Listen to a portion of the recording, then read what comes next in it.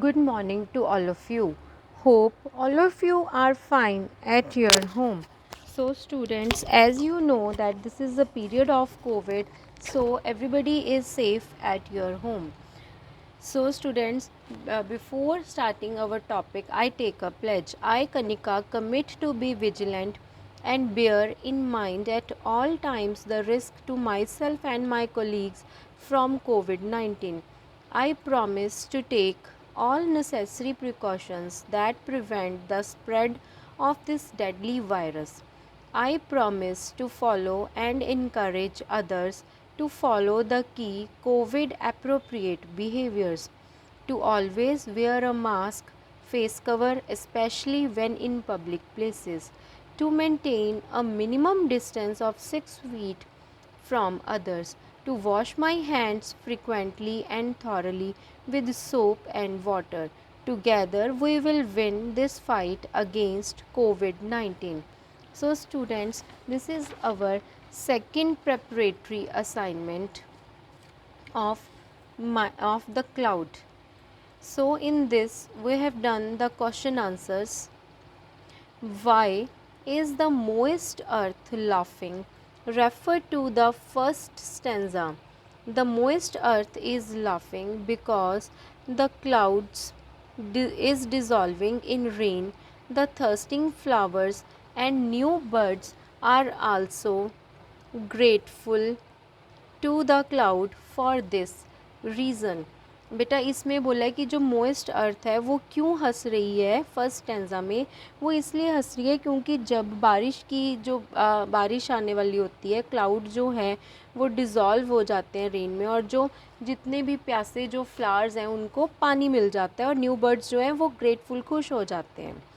Which question number 7, which natural phenomena is the cloud referring to when he says I bring fresh flowers streams. ये कौन सा natural phenomena जो है यहाँ पे हो रहा है, वो है cloud formation. Next B part, the triumphal arch dash colours wow. इसमें कौन सी है, क्रिएशन ऑफ रेनबो, कि जब रेनबो के 7 कलर्स स्काई में दिखते हैं ना, जब बारिश जब होके हटती है, आप लोगों को भी पता होगा कि रेनबो जो है वो दिखाई देती है. Now next 8th question, what is meant by I change but I cannot die? Why can't the cloud die? इसमें इसका क्या मतलब है कि मैं चेंज हो जाता हूँ बट मैं मरता नहीं हूँ.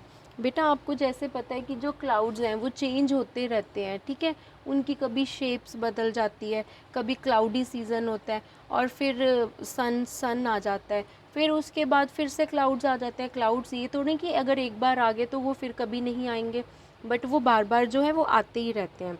आई change but I cannot die means that while the cloud changes its many forms it cannot ever die, कि जो क्लाउड है वो अपनी बहुत सारी फॉर्म्स में चेंज करता है बट कभी भी मरता नहीं है. Later water vapours rise from these and form the cloud again and so it continues for ever. इसका क्या है कि लेटर वाटर वेपर्स जो हैं वो राइज़ करते हैं फ्रॉम दीज, इससे राइज़ होते हैं, एंड फॉर्म द क्लाउड, और वो क्लाउड्स बन जाते हैं और फिर से बारिश लेके आ जाते हैं. And it continues for ever. हर बार ऐसे ही होता है ना, पता नहीं कितनी बार हमारी लाइफ में हम लोगों ने बादल देखे होंगे, वो बार बार आते हैं और बार बार चले जाते हैं, बारिश होती है. Now come to the extract. I bring fresh flowers for the thirsting flowers.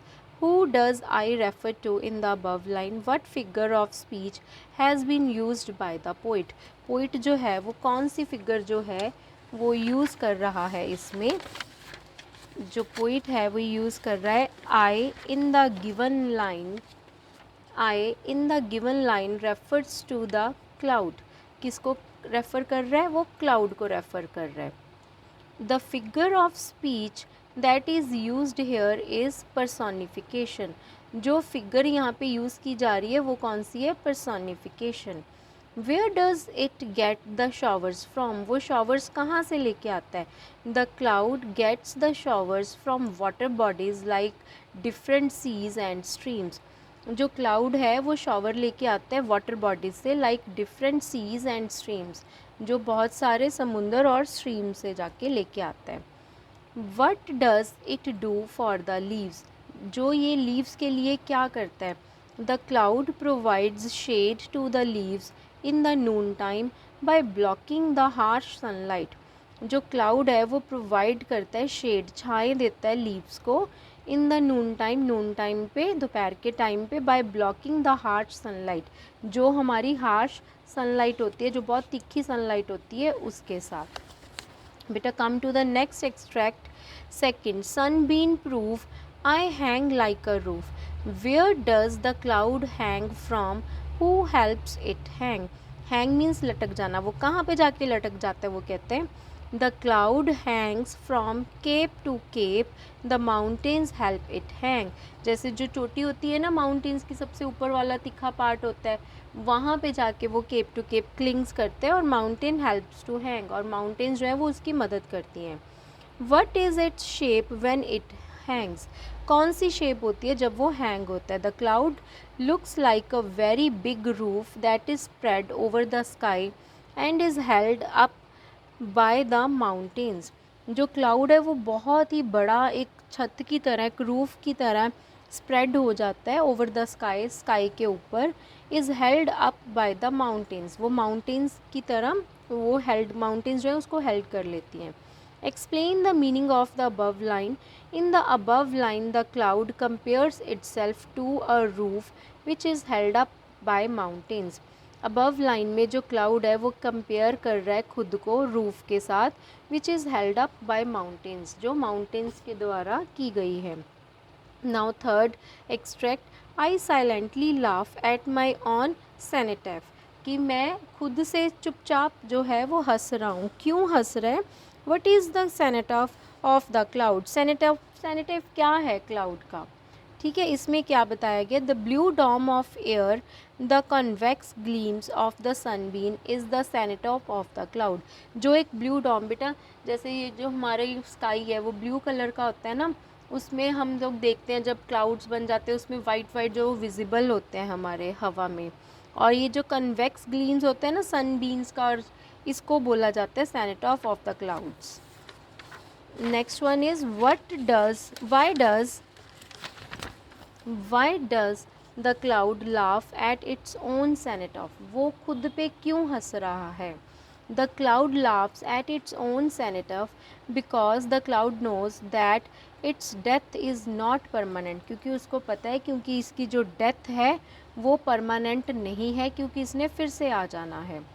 What does the cloud do to its cenotaph at the end? वो एंड में क्या करता है?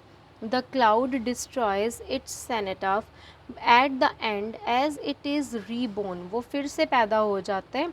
जस्ट लाइक द वॉर्म is for a child and the tomb is for a ghost, the cenotaph is not a permanent resting place for the cloud.